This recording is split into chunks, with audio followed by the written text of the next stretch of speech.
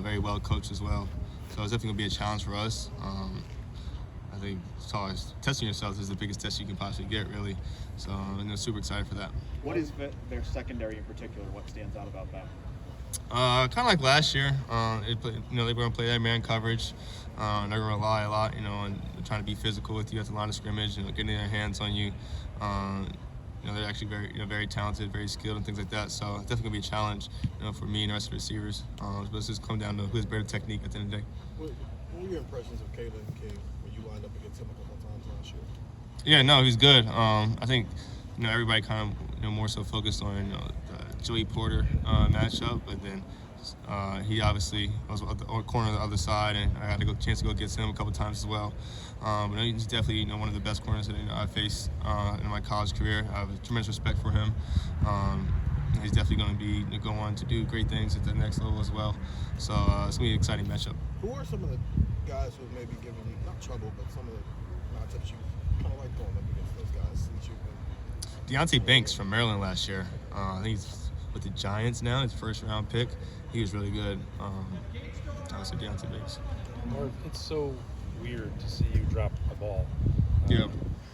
Saturday night, where you changed something up, or were you upset? How do you? I know you'll bounce back. Yeah. What's it like for you to go through something like that? I don't know. There's a lot of emotions, to be honest with you. Because one, you let yourself down, but then you also let the team down as well. And I think what hurts the most is knowing that you prepared for it. I think you guys see, and I take preparation very seriously. I think I'm the hardest working player in the country as well. So for you to go out there and on Saturdays to not get the results that you want, it definitely hurts the heart a little bit. But you're ready to bounce back from it. It's not the end of the world, but definitely can't let the team down like that.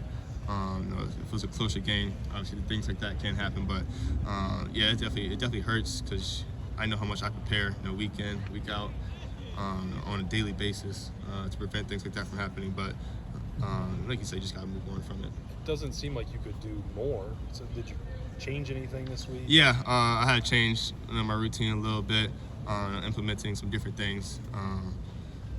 Just prevent that from happening again. Is there something how do you work through that when it's happening in real time? Yeah. We're very excited to talk about it. How do you work through that when it's happening in real time, though? Because I think you hold yourself to a pretty high standard. I think we're holding you to that same standard. How do you work through that? You gotta have that neck play mentality. The same mentality that DBs have. After they get beat for a big play and everything like that. But it's gotta be next play. You can't let previous play affect the next play.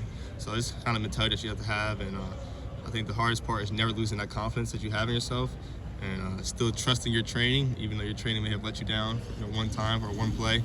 You still have to trust yourself in the rest of the game. Does the weather at all have an impact on that? I mean, it can't. At the end of the day, it can't have an impact. How quickly did you get on the mark when you got back? How quickly after you got back? No, I stuck to my normal routine. I think we got back 8 o'clock, whatever I think. So, obviously Sunday I came in, did my normal routine, but just this week, implemented some different things. One of them was one was a drop. The other two were tough catches. Yeah. I mean, do you consider all three drops, or do you consider one drop and the other two just tough catches? I mean, if it's an incomplete pass, it's a drop for me. If anything, like I touch it or not, I think every ball thrown my way needs to be completion. Was there something a little bit weird though, atmospherically? I mean, was the ball a little bit more slippery? Were your gloves a little more? You know what I mean? When you look back on that conditions on Saturday, was there something a little bit out of regular there? I probably should have taken my gloves off for one of them. Obviously, it was raining. I don't know if you guys were there, but it was obviously raining that whole second half. Yeah. So, that's more so. Personally, I got to take the gloves off and maybe give myself a better chance there. Marvin, drops aside, do you feel like you're playing up to your standard right now?